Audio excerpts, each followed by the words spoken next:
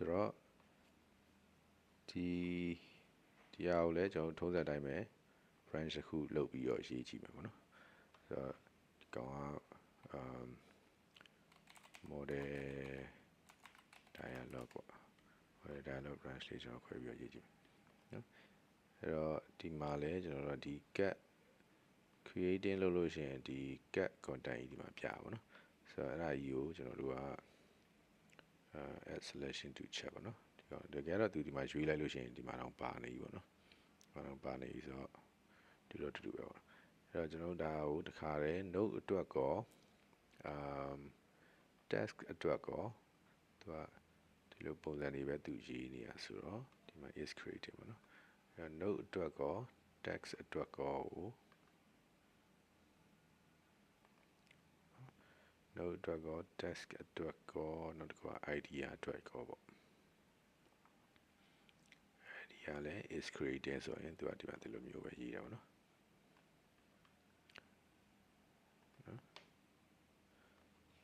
အဲ့တော့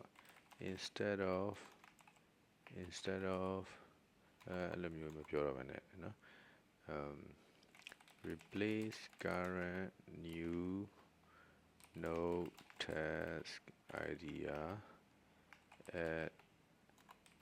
edit UI with a model dialog based UI UX ပေါ့ကျွန်တော်ရိုးရှင်းလေးပဲကျွန်တော်ပြောကြည့်လိုက်မယ်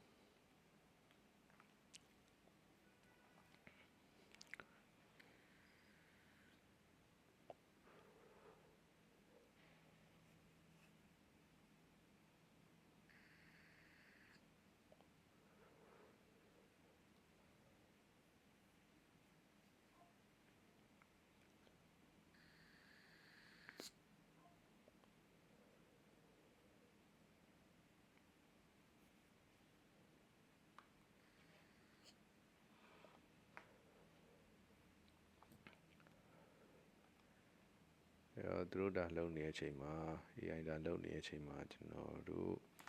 နေ့က lesson လေးချက်တော့ကြည့်အောင်ပါနော်ဆိုတော့ကျွန်တော်တို့ backend အကြောင်းတွေ API အကြောင်းတွေလည်းပြောပြတယ်ဆိုတော့ဒါလေးလည်းပြီးသွားပြီပေါ့နော်အဲ့တော့ CRUD integration UI UX တွေလည်းပြီးသွားပြီအဲ့တော့ဒီထဲမှာသူလုပ်ခိုင်းတဲ့ဟာမျိုးတွေတော့မတူဘူးပေါ့နော်ကျွန်တော် AI လုပ်ထားတဲ့ပုံမှာပဲဒါပေမဲ့similar တော့ဖြစ်မှာပေါ့နော်နည်းနည်းတော့ဆင်လိမ့်မယ်ဒါပေမဲ့မတူဘူးပေါ့authentication JWT လည်းအဆုံးကကျွန်တော်ပြောခဲ့ပြီဒီ UI က login လုပ်လိုက်တဲ့အချိန်မှာ ACO ဆိုတဲ့ front ဘက်က API ခေါ်တဲ့ library ကိုသုံးပြီးတော့ backend ဘက်က auth login ဆိုတဲ့ endpoint ကို email နဲ့ password ကို request မှာပေးလို့ခေါ်နော်ပေးလို့အနေနဲ့ JSON ထည့်လိုက်ပြီးတော့server backend ဘက်က database ထဲမှာ username password ရှိလားကိုသွားရှာတယ်ရှာပြီးလို့ရှိရင်တွေ့တယ်ဆိုလို့ရှိရင်token လေးတစ်ခုနဲ့ user information တွေကိုပြန်ပေးလိုက်တယ်အဲ့ဒီထဲမှာ user information ကိုတော့ကျွန်တော်မသိမ်းမဲ့နဲ့ token ကိုတော့ local storage မှာတင်ထားပြီးတော့အဲ့နေရာမှာကျွန်တော်တို့တစ်ခုလေးပါပြောဖို့ချင်မလဲဆိုရင်ဒီ middleware ဆိုတဲ့ဟာလေးချက်ပြောဖို့ချင်ပဲပေါ့နော်အော်ဒီဘက်မှာတော့သူကပြီးသွားပြီဆိုတော့ဒါလေးတွေကျွန်တော်ရင် keep လုပ်လိုက်အဲ့တော့ middleware ဆိုတဲ့ဟာကြတော့ဒီ resource ကိုကျွန်တော်ဆုံးက endpoint ကိုလာပြီးတော့ request လာလုပ်တဲ့အချိန်မှာဒီ middleware ကအရင်ကြည့်တယ်ပေါ့နော်ကြည့်တဲ့အချိန်မှာအဲဒီ header ကျွန်တော်တို့ client လာရဲ့ request ထဲမှာဆုံးက token လေးကိုပါလာလားဆိုတော့ကြည့်ရပါအဲဒီ token နဲ့ token ကိုကျွန်တော်တို့ကဒီ environment variable ထဲမှာ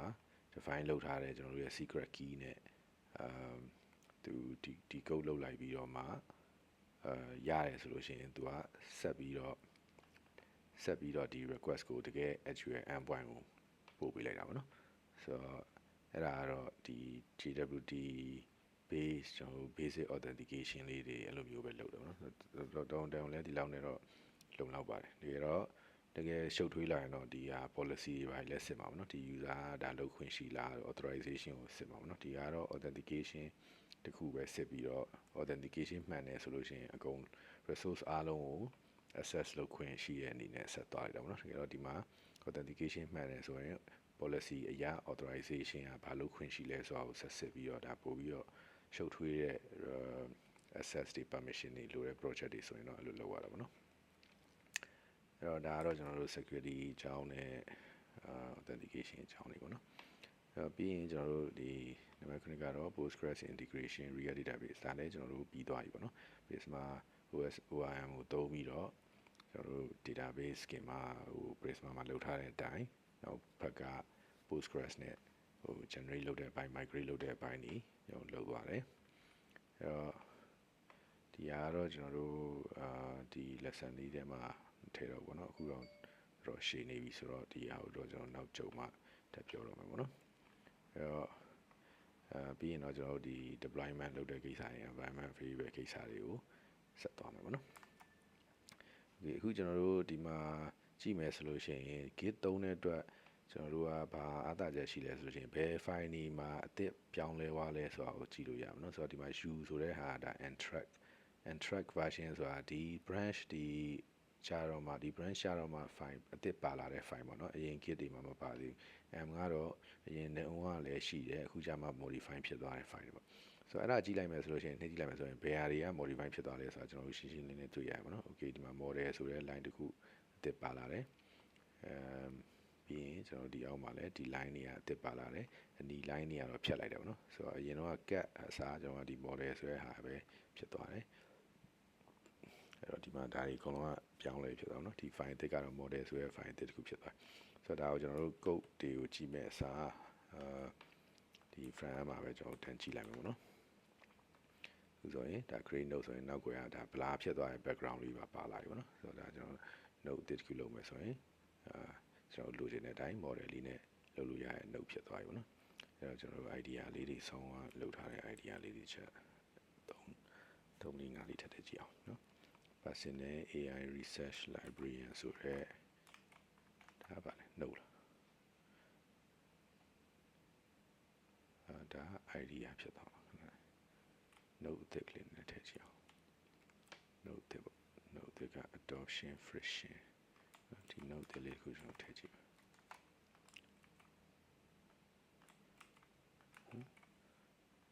ဆိုရင်လုပ်တယ်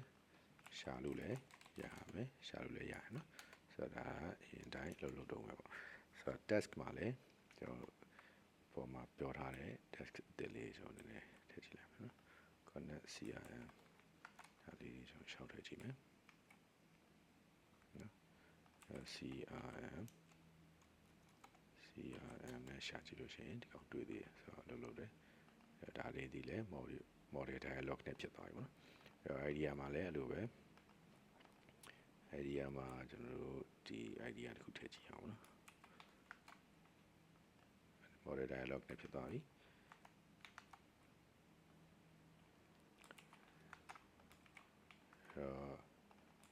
productivity personal AI နဲ့ time schedule လေး text လေးနဲ့ကျွန်တော် create လုပ်ရမယ်ဆိုရင်ဒါလည်း create လုပ်ပြီးသားဖြစ်သွားပြီပေါ့နော်ဆိုတော့ဒါကျွန်တော်တို့ရဲ့ Firebird app လေးကတော်တော်လေးကျွန်တော်လိုချင်တဲ့ requirement တိုင်း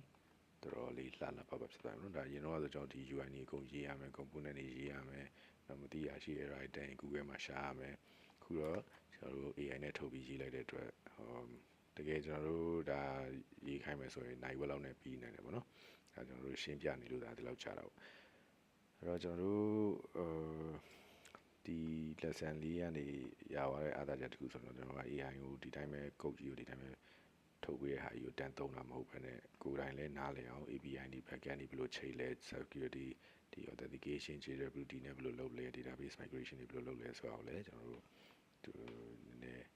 champion လေးတွေအခြေခံလေးတွေတခါတည်းတည်ပြီးသားဖြစ်သွားပြီပေါ့နော်ဆိုရင်ကျွန်တော်တို့ဒီ UI ဟို branch ကိုလည်းဆောင်းအောင်လုပ်တဲ့အတိုင်းcommit လုပ်ခိုင်းမှာပေါ့နော်ဒီတစ်ခါကိုကျွန်တော်တို့ AI ကို commit လုပ်ခိုင်းကြည့်အောင်နော် add those changes and commit to git ပေါ့နော်ပြောလိုက်လို့ရှိရင်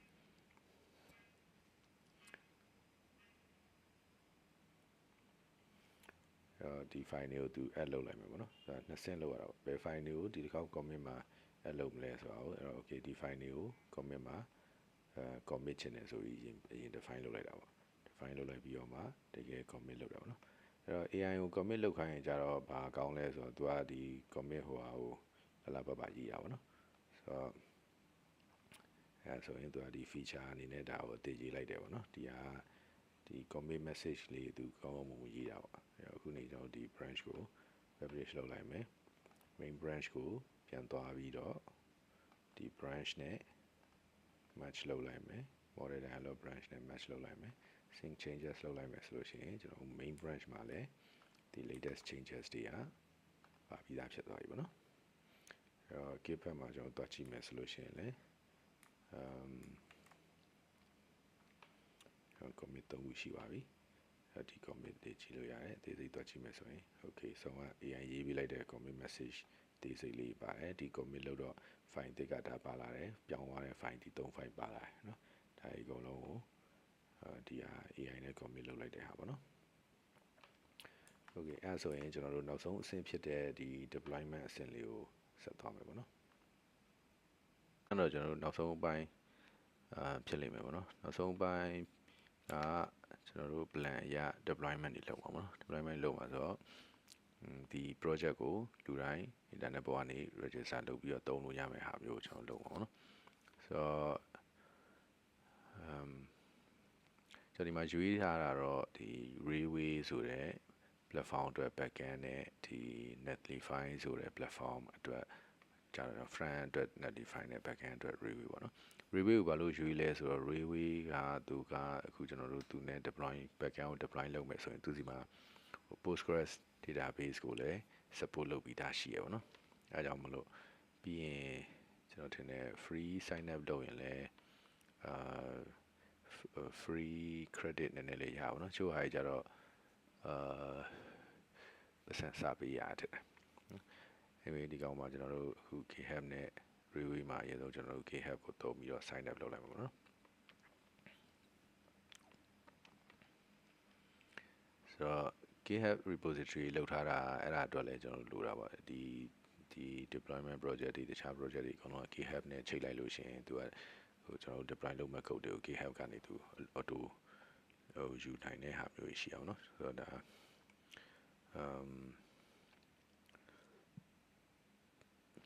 terms and condition agree လုပ်လိုက်ပါဘောเนาะဒါမျိုးအတွက်မသုံးပါဘူးပေါ့ဆိုတော့အဲ့ဆိုရင်ကျွန်တော်တို့GitHub repository ကို deploy လုပ်မှာပေါ့เนาะဆိုတော့ကျွန်တော်ဒီနေ့ဒါလုပ်ရမှာတယ်GitHub မှာကျွန်တော်တို့ကဒီဟာကို all repository မပေးဘဲနဲ့ဒီ deploy လုပ်မယ်5pack project ကိုပဲပေးလိုက်မယ်ပေါ့เนาะ5pack project ကိုပဲပေးပြီးတော့ authorize လုပ်လိုက်မယ်ဆိုရင်သူက email verification လုပ်ခိုင်းတယ်ပေါ့နော် email verification ကကျွန်တော် email ကိုဆိုတော့ GitHub register လုပ်ထားတဲ့ email ကို OTP ကြားလာတယ်ပေါ့နော်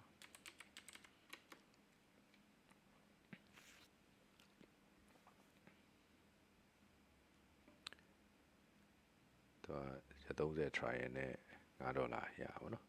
$5ရဆိုတော့ကျွန်တော်ဒီမှာစမ်းသုံးမှုအတွက်ဒါသုံးလို့ရပါအဲ့တော့ okay ကျွန်တော်ဒီမှာပဲ refresh တက်လုပ်လိုက်မယ်ဆိုရင်ကျွန်တော် repository လေးတွေ့နေရပြီပေါ့နော်ဆိုတော့အဲ့ကောင်ကျွန်တော်ရွေးလိုက်မယ်ဆိုရင်သူ deploy သွားလုပ်နေပြီပေါ့နော်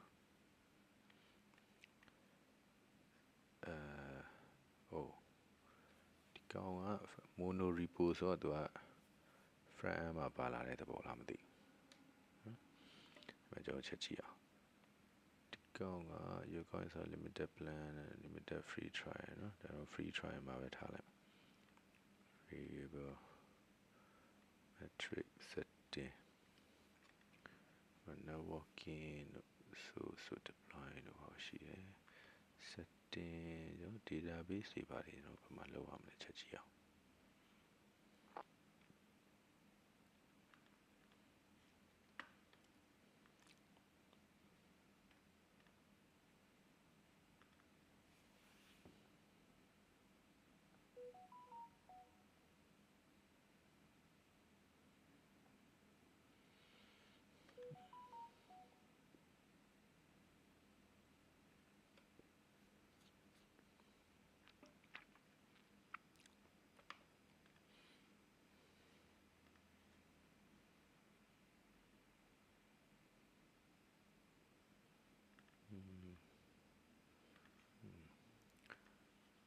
ကျွန်တော်တို့ backend တကယ် database လို့မှာပေါ့နော် database လို့မှာဆိုတော့ဒီ right click လုပ်ပြီးတော့ database လေးတစ်ခုထည့်ကြည့်အောင်နော် Postgres database လေးတစ်ခုထည့်ကြည့်လိုက်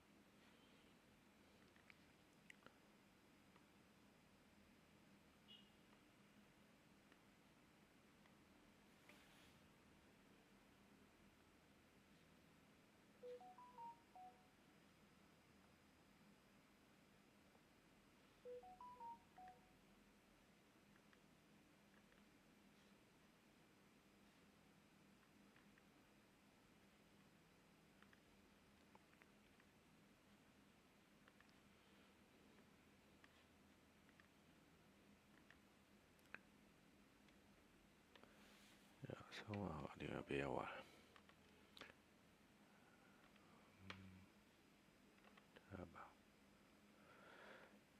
ကျွန်တော်တို့ link လုပ်ပြီးတော့ deploy လုပ်မယ် process ကို client ကနေ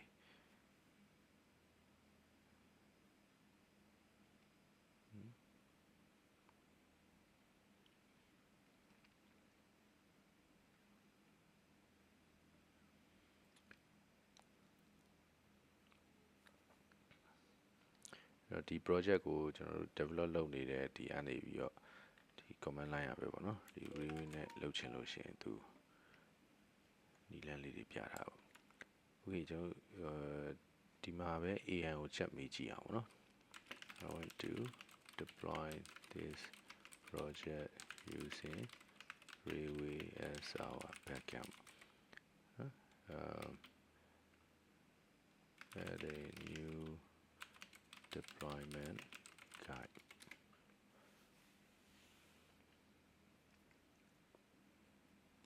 ဆိုတော့ကျွန်တော်ပုံမှန်လိုပဲဒီမှာကျွန်တော် MD file လေးတွေသူ့ကိုချက်ထုတ်ခိုင်းတယ်နော် getting started guide လိုပဲဒါမှမဟုတ်ဒီ readme ထဲမှာပဲ Railway နဲ့ဘယ်လို deploy ရမလဲ guide ကိုထည့်ရေးပေးပါလို့ပြောလိုက်လေရတော့အဲ့တော့ဒီမှာကဘာလို့ software project တွေပျောက်သွားလဲချက် create ကပါဒါ database နော်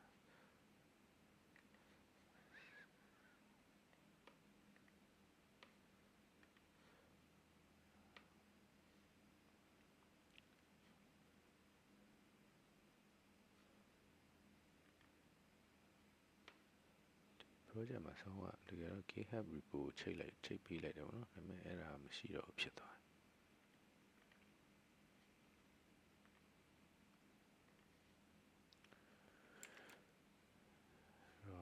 deployment empty လေးကိုကျွန်တော်ချက်ပတ်ကြည့်အောင်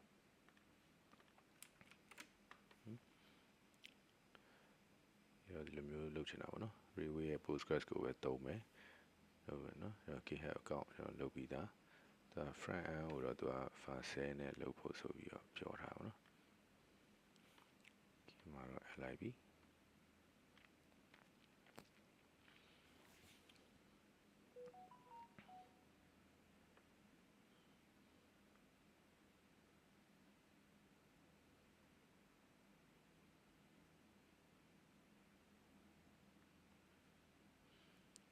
Railway dashboard click add service GitHub repo ဆိုပြီးတော့သူထပ်လုပ်ခိုင်းတယ်ပေါ့နော် create add service GitHub repo ဆိုပြီးတော့ထပ်လုပ်ခိုင်းတယ်ဆိုတော့ကျွန်တော်အဲ့ဒါလေးလုပ်ကြည့်အောင်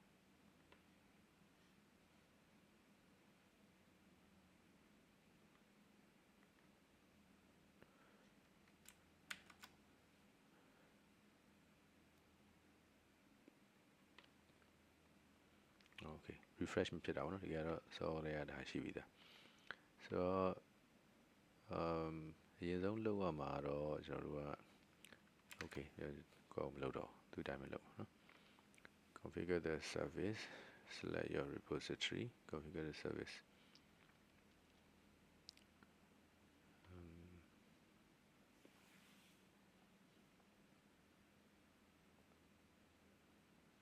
database ထည့်ပြီးပေါ့နော် database ဆိုပြီးတော့ automatically link to your backend service ဆိုတော့အဲ့ဒါဖြစ်မနေတာပေါ့နော်တကယ်ဆိုရင်ဒီကောင်ကို link လုပ်သွားမှာအဲ့ဒါဖြစ်မနေဘူးဖြစ်နေတာပေါ့နော်ဒီကျွန်တော်အစအနေပြန်လုပ်ကြည့်အောင်ဗျာအဲ့ဒီကျွန်တော်ထွက်လိုက်မယ်ကျွန်တော်ဒီမှာ new project ကို GitHub repository သုံးပြီးတော့ဒီဟာကို ကျွန်တော်အဲ့မှာအကုန်လုံးကိုရွှေ့လိုက်လို့ဖြစ်နိုင်တယ်ပေါ့နော်အဲ့ဒီကျွန်တော်တို့ခဏလေးဒီ project တွေကျွန်တော်ပြန်ဖြတ်လိုက်မယ်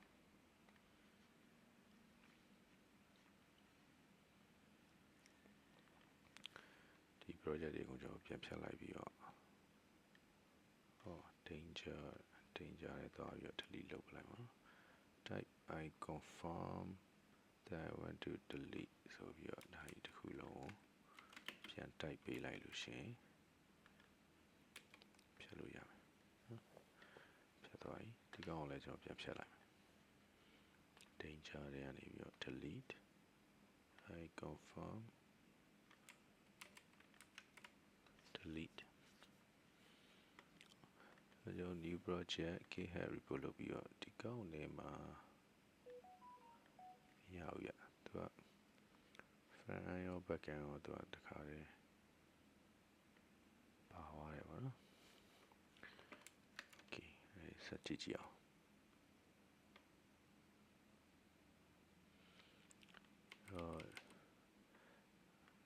automatically create နော်ဒီအဆင့်တွေအတိုင်းဖြစ်မနေဘူးဖြစ်နေRailway new project deploy for GitHub repo choose a Railway editor demo repository in Railway project click add service GitHub repo click add service GitHub repo အဲ့တော့သူကိုက်က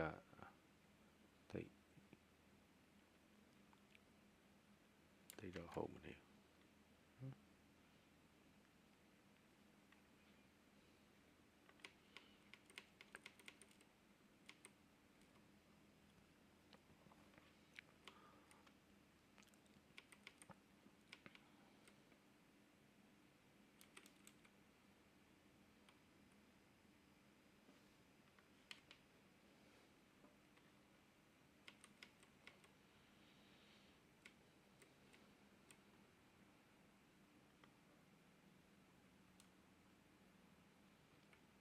တော့ဒီမှာကျွန်တော်တို့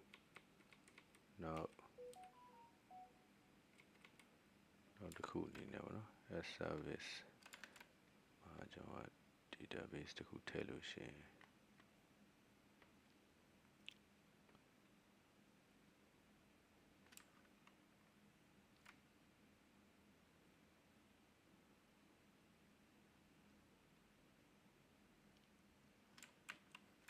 refresh လုပ်ကြည့်အောင် yeah database ထည့်လိုက်ရင်သူဒီအရှိကနှစ်ခုကပျောက်သွားတဲ့ပုံမျိုးဖြစ်နေပါတော့ကျွန်တော်တို့ဒီ backend မှာပဲအရင်ဆုံးဒီ variable လေးတွေနည်းနည်းcreate လုပ်ကြအောင်နော်အဲ့ဒါက database add database ပေါ့ကျွန်တော် database UI တစ်ခုထည့်ရအောင်အဲ့တော့ဒီမှာကျွန်တော်ဒီဘက်မှာတော့ database ကကျွန်တော်တို့ကဒီ environment အဓိကဒီ environment variable တွေကိုထည့်တာပေါ့နော်ဒါ front end ရဲ့ environment variable ပြီးရင်ကျွန်တော်တို့ back end ရဲ့ environment variable ထဲမှာဆိုရင်တော့သူကကျွန်တော်မှာ database UI ဆိုပြီးတော့ local ကိုပေးထားပါဆိုတော့ဒီမှာတော့ဒီဟာလေးကိုသုံးမှရမှာပေါ့နော်အဲ့ဒါမှသူကဒီ Railway ထဲမှာထည့်ထားတဲ့ database ရဲ့ UI ရမှာပေါ့နော်ဆိုရင်တော့သူကဒီမှာ database ကတော့ချိန်သွားတယ်ဒီ front end ကြီးကိုကျွန်တော်ဖြတ်ပြလိုက်လို့ရလားမသိဘူးဖြတ်ပြကျွန်တော် plan ဒီကောင်ကိုဒီတက် deploy လုပ်လို့ပေါ့နော်ခဏတော့ကြည့်လိုက်အောင်နော်အခုဆိုရင်တော့ဒါ database နဲ့ backend တွေကချိန်သွားပြီအဲ့တော့ကျွန်တော်လိုတဲ့တခြား variable တွေကဘာလို့လဲဆိုတော့ဒီ port တို့ environment တို့လိုတာတွေတော့ရှိရပါတော့ဆိုတော့အဲ့ဒါကို guide ထဲမှာဘာပြောထားလဲချက်ပဲကြည့်အောင်ဒီပိုင်းကသူကမလိုသလိုဖြစ်နေတာပေါ့နော်ဒီမှာကျွန်တော်တို့က GitHub ကိုရွှေ့ပြီးတော့ deploy လုပ်မယ်ပြောလိုက်တဲ့အခါကျတော့ဒီနှစ်ခုကသူကနည်းနည်း duplicate လို့ဖြစ်နေတာပေါ့အဲ့တော့ကျွန်တော်ဒါကိုပဲကျွန်တော်တစ်ချက်သူ့ဒီ deploy guide ကို mention လုပ်ပြီးတော့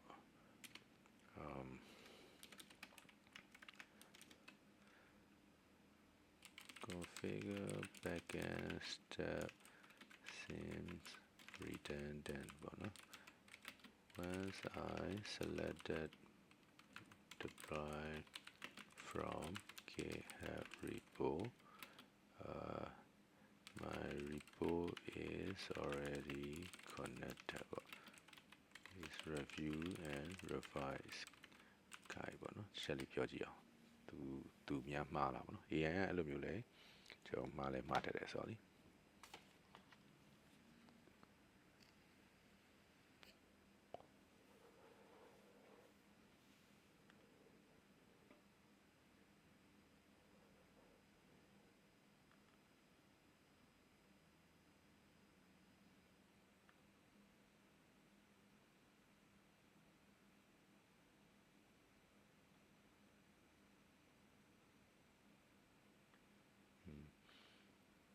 အဲ့တော့သူကဖြစ်သွားတဲ့ဟာကတော့သူကဒီ repo ဒီ mono repo လို့မသိပဲနဲ့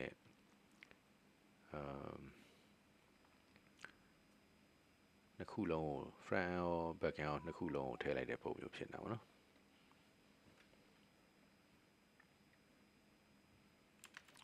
ဒီတော့ဒီမှာပဲကျွန်တော်တို့ပြီးတဲ့လောက်နဲ့ဆက်လုပ်ကြည့်အောင်နော်ဆိုတော့အခု back end ရဲ့ variable မှာတော့ဒီကောင်ကိုထည့်လိုက်ပြီပြီးရင် Postgres database လည်းထည့်ပြီးသွားပြီပြီးရင်ကျွန်တော်လည်းချိန်နေပြီပေါ့နော်ချိန်နေလို့ရှိရင်ကျွန်တော်တို့ generator အဲ့တော့ကျွန်တော်တို့ကဒီ variable တွေထည့်ရမှာပေါ့နော် variable တွေထည့်ရမယ်ဆိုတော့ node environment protection ရရထည့်ရမှာဆိုတော့ဒီ secret key ကိုကျွန်တော်တို့ဒါလေးဒီ command လေးသုံးပြီးတော့key လေးတစ်ခု basis လေးတစ်ခုထုတ်ကြည့်ပါနော်ဆိုတော့ဒါဆိုရင်ကျွန်တော်ဒီ key လေးရဒီ key လေးကိုတော့ jwt secret ဆိုပြီးတော့ဒီမှာ new variable အနေနဲ့ jwt secret ဆိုပြီးတော့ထည့်ကြည့်လိုက်မယ်နောက်ထပ်ကျွန်တော်တို့ port 3000 port 3000တော့ default ကလည်း port 3000ပဲထင်ပါတယ်လို့မယ်ကျွန်တော်တို့ port ကိုလည်း3000လို့ထည့်ပေးလိုက်မယ် node environment protection ပေါ့နော် node environment ကိုလည်း protection လို့ထည့်ပေးလိုက်မယ်ပေါ့နော်ဆိုတော့ဒါဆိုရင်ဒီ backend ကဒီ variable နဲ့ run မယ်ဒီ database ကိုချိန်မယ်ပေါ့နော်ဒါတွေပြီးသွားပြီဆိုရင်လည်းသူက run migration နော် we will go to stack command railway backend service go to setting deploy add a custom stack command or use railway CLI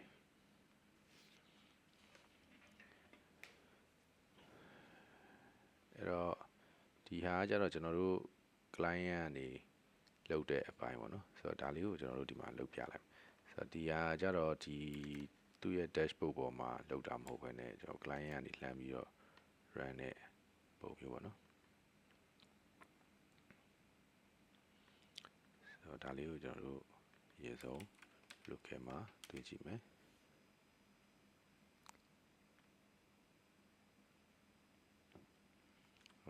ကျွန်တော် permission လိုတာဖြစ်နိုင်တယ်ပေါ့နော်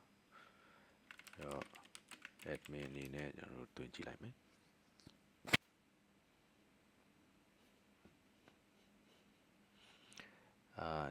ကျွန်တော်ကဟို railway ကိုဒီထဲမှာတခြားအကောင့်နဲ့တွင်ပြီးတာလည်းရှိတယ်ဆိုတော့ကျွန်တော် railway login လုပ်ကြည့်လိုက်မယ် open in browser ပေါ့နော်ဟုတ်တယ်ကျွန်တော်ဒီထဲမှာတွင်ပြီးသားဆိုတော့ဟိုလေးဖြစ်နေအောင်နော်ရှိပြီးသားဟာနဲ့override တွေဖြစ်မလားဖြစ်နေအောင်ဆိုတော့မရှိသေးဘူးဆိုရင်တွင်လိုက်လို့ရှိရင်အဆင်ပြေပါတယ်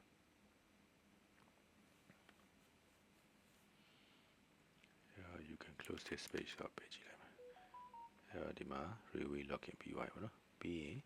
အဲ့ project ကိုအခုကျွန်တော်ဒီမှာ run နေတဲ့ repo နဲ့ link လုပ်အောင်ပေါ့နော်ဆိုတော့ link ဆိုရင်ဘာ project တွေရှိလဲသူပြပါဦးဆိုတော့ကျွန်တော်ဒီမှာရှိတဲ့ project ကဒီ authentic radiance ဆိုတဲ့ project ပေါ့နော်ဆိုတော့ကျွန်တော်ဒီမှာ authentic radiance ဆိုတဲ့ project ကရွေးပြီးသားပဲဆိုတော့ enter လုပ်လိုက်လို့ရှိရင် /service postgres နဲ့ရွေးပြီးသားပေါ့နော်ဆိုတော့ဒါဆိုရင်ကျွန်တော်တို့ link လုပ်လိုက်ပြီပေါ့နော်ပြီးလို့ရှိရင်တော့ railway ထဲမှာကျွန်တော်တို့ရဲ့ prisma schema ကိုတွားပြီးတော့ migrate လုပ်အောင်ဘာလို့လဲဆိုတော့အခု railway က create လုပ်လိုက်တဲ့ database ကကျွန်တော်ဒီမှာကြည့်မယ်ဆိုရင် is being deployed initialization ကျွန်တော်ချက် refresh လုပ်ကြည့်အောင်အဲ့လောက်မကြသေးဘူးပေါ့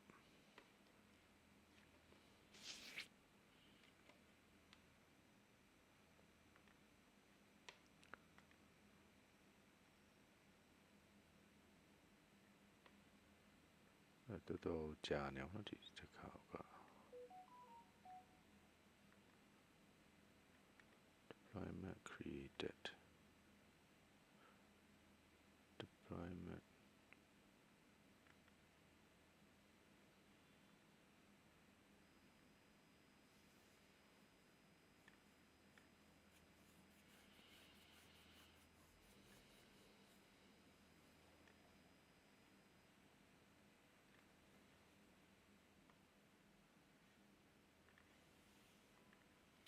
လောက်မချတဲ့ဘူးမြတ်ဒီချက်တော့ပြန်ဖြတ်ကြည့်အောင် delete service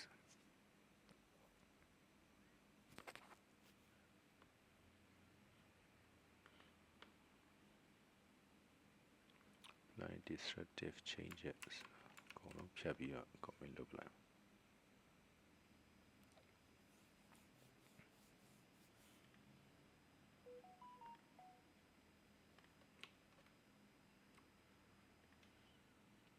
ဒါကိုကျွန်တော်ဖြတ်ပလိုက်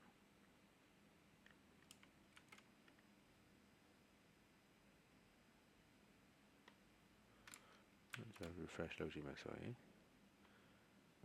backend နဲ့ frontend နဲ့ထပ်ပြီးတော့ database service ထည့်ကြည့်မယ်နော် Postgres database ထည့်ကြည့်မယ်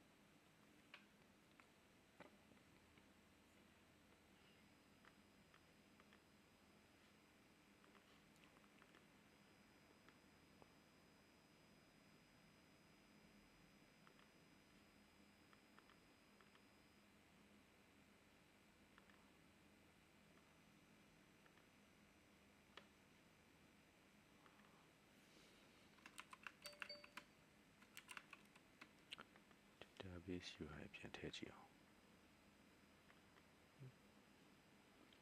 okay အဲဆိုရင်ဒါဆိုရင်တော့ကျွန်တော်တို့ database နဲ့ချိတ်သွားပြီသူလည်းဒီမှာပြီးသွားပြီနော်ဒီတော့ဒါအဲ့လောက်ပဲကြားပါမှာနော်ဆိုတော့ဒါကိုကျွန်တော် deploy လုပ်လိုက်မယ်ဆိုရင် backend က run နေပြီပေါ့နော်ဆိုတော့အခုကျွန်တော်တို့ဒီ command လေး run ပြီးတော့ database ကိုကျွန်တော်တို့ရဲ့ Prisma schema လေးကို deploy လုပ်ကြည့်လိုက်ပါ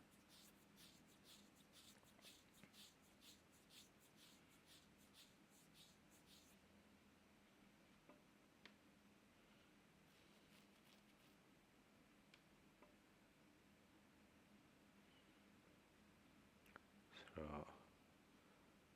ဒီကောင် run လို့မရဘူးเนาะဒါကိုကျွန်တော်တို့ AI ကို copy paste လုပ်လိုက်ပါเนาะ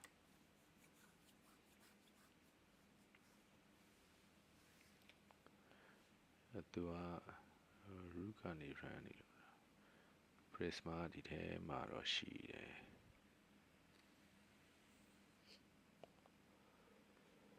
เนาะသူက backend directory က run မှာဆိုတော့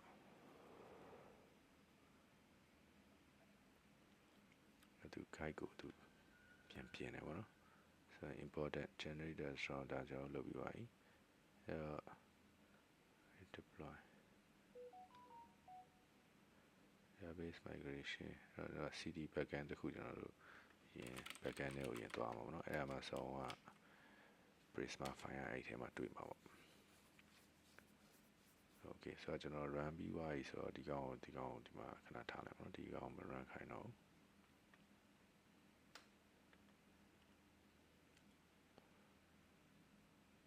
အဲ့တော့ဒီကောင် guide ကိုသူပြင်ပြီးသွားပြီပေါ့ဆိုတော့ကျွန်တော် deploy run လိုက်ပြီဆိုတော့အခု Postgres ရဲ့ database ထဲမှာကျွန်တော်သွားချင်ဒီကောင်မရှိသေးဘူးပေါ့နော်ဘာမှတော့မရှိသေးဘူး refresh တစ်ခေါက်လုပ်ကြည့်အောင်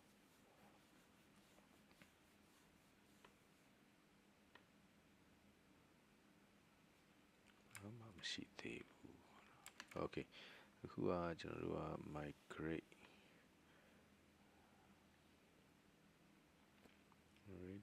city railway no pending migrations to apply environment favors and the problem data source city Postgresသူက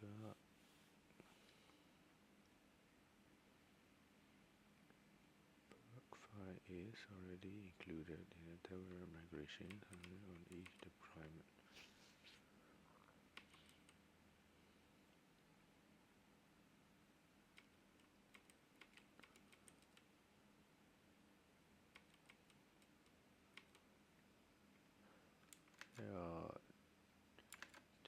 ကျွန်တော်တို့ကြည့်ရတာကျွန်တော်တို့ log က run သွားသေးဘူးပေါ့နော်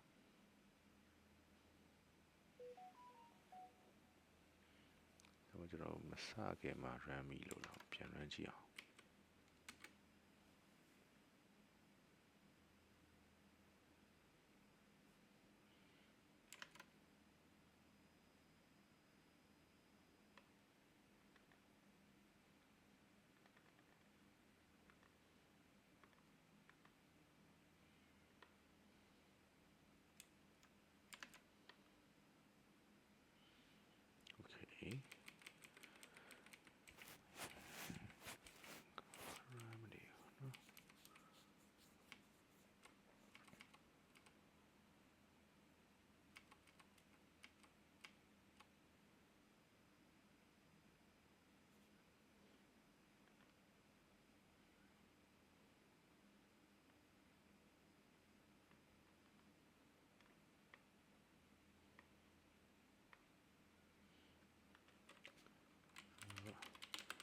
deployment guide တွေကျွန်တော်တို့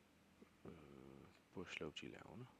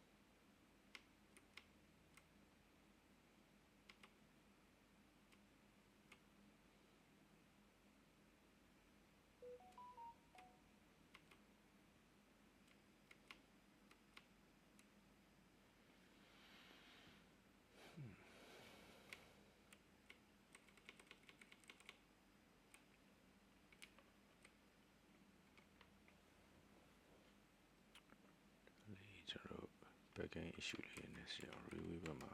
favor environment favor Railway နဲ့ကျွန်တော်တို့နဲ့ link backend နဲ့မှာကျွန်တော် link လုပ်ကြည့်ဒီ project ပဲဒီ project ကို link လုပ်မယ် link လုပ်ပြီးတော့မှ deploy လုပ်မယ်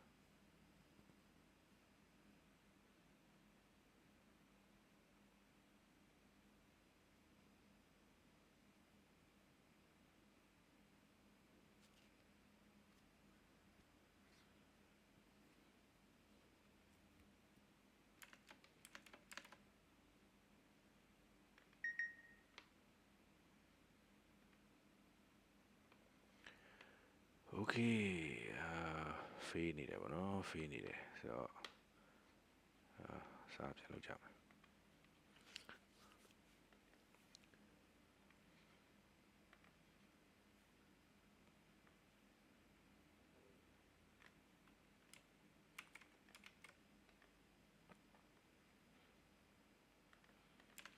โอเคကျွန်တော် guide ကပြောတဲ့အတိုင်းပဲကျွန်တော်တို့စာပြန်လုပ်ကြည့်ကြမယ်စာပြန်လုပ်ကြည့်ကြမယ်ဆိုတော့အခု ကျွန်တော်တို့ဖြစ်သွားတဲ့ issue ကဒီပထမဆုံးအဆင့်မှာပေါ့နော်ပထမဆုံးအဆင့်မှာဒီကောင်ကိုရွှေ့လိုက်တဲ့အချိန်မှာဒီဟာဖြစ်နေတာပေါ့အဲ့ဒါလေးကိုတစ်ချက်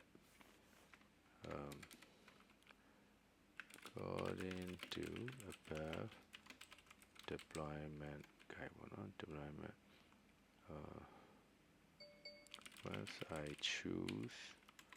once I choose file that project both backend and front end are added to railway architecture ပေါ့နော် so I can configure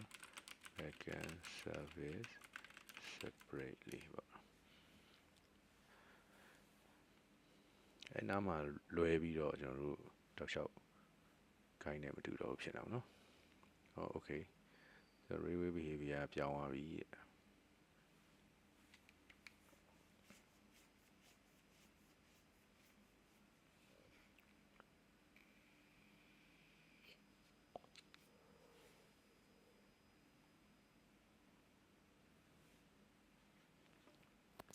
ကျွန်တော်ကဒီ configuration ကိုဘာမှလုပ်ဖို့မပြောနေတဲ့ခါကျတော့ကျွန်တော်တို့ဒီဒုတိယ option လေးနဲ့လုပ်ကြည့်အောင်နော်ကျွန်တော်အခု new empty project ပဲလုပ်ပြီးတော့ဒီထဲမှာ new GitHub repo ကိုရွေးကြည့်ပါမယ်နော်ဒါမှမဟုတ်ဒီရောက်တော့မှကျွန်တော်တို့ဒီ link လုပ်ကြည့်လိုက်တဲ့ဟာကို link လုပ်ကြည့်တဲ့ process နဲ့ဆင်ခြင်ရအောင်နော်ဒီကောင်ကိုကျွန်တော်တို့ link လုပ်ချင်အောင်ဒါဆိုရင် nurturing perception ဆိုတဲ့ project နဲ့သူ link လုပ်ပြီးသွားပြီဆိုပြောပါတော့ဒါဆိုရင် new project empty project new GitHub repo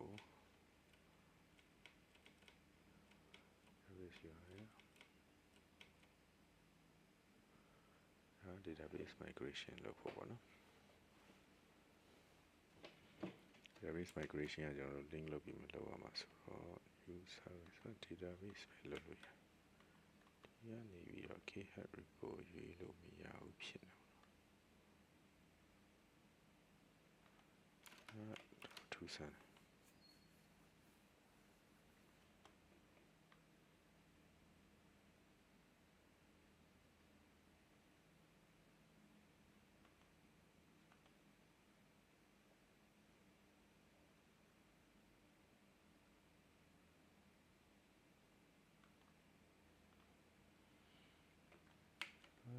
database ပဲထည့်လို့ရတယ်နော် okay တော့ database ထည့်မယ်ဆိုရင်ထည့်လို့ရတယ်ကျွန်တော်တို့ repo ထည့်မယ်ဆိုရင်ထည့်လို့မရဘူးဖြစ်နေအဲ့ဆိုတော့ကျွန်တော်ထင်တယ်ဒီကောင်ဒီ free tier ရဲ့ limitation ဖြစ်ဖို့များတယ်ပေါ့နော်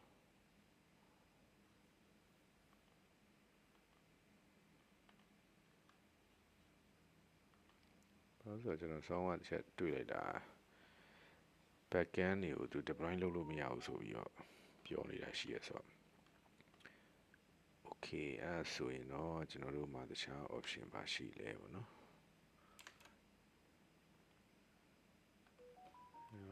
တခြားပြ I'm using railway free tier could it be a reason that I'm having issue deploying backend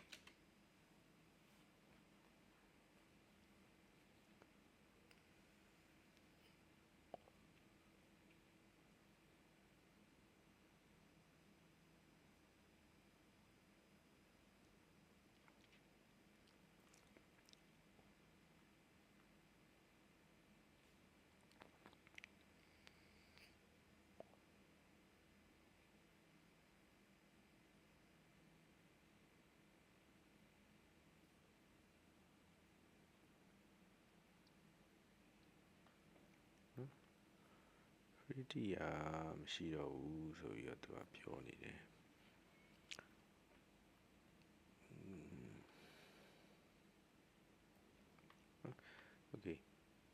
ဆိုရင်ကျွန်တော်တို့က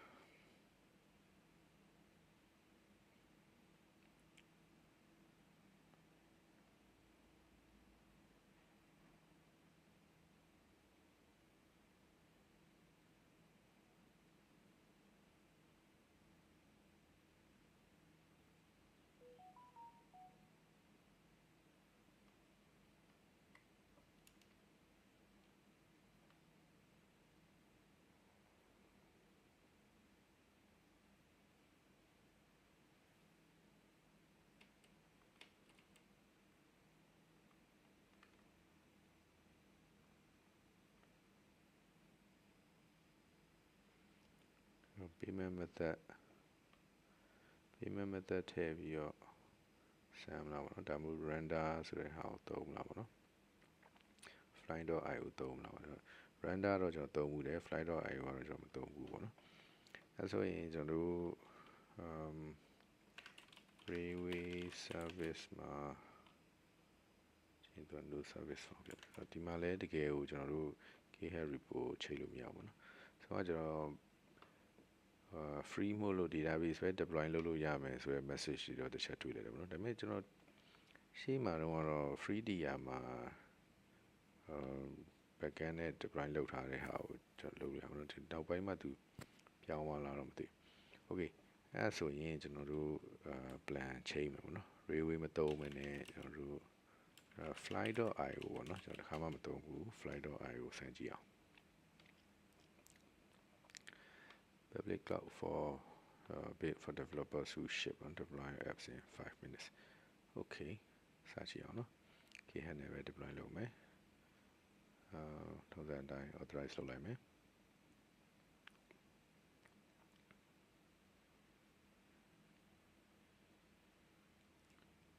the credit card to verify your identity okay သူလည်း credit card တော့ထည့်ခိုင်းတယ်ပေါ့နော်ဒါပေမဲ့သူ identity အတွက်ပဲဆိုတော့ထည့်ပေးရမှာပေါ့credit card တွေဒါတွေကတော့ကျွန်တော်တို့မြန်မာနိုင်ငံက card တွေနဲ့လည်းရပါတယ်ကျွန်တော်မြန်မာနိုင်ငံက card တွေနဲ့ကျွန်တော်ဆမ်းမှုတယ်မြန်မာနိုင်ငံက card တွေနဲ့ပြရအောင်နော် ER bank card တွေ Visa prepaid card တွေပါနေဝယ်ပြီးတော့ဆမ်းလို့ရပါတယ်ဆိုတော့ကျွန်တော် visual လေးခဏပိတ်ပြီးတော့ payment လေးထည့်လိုက်ပါပေါ့နော်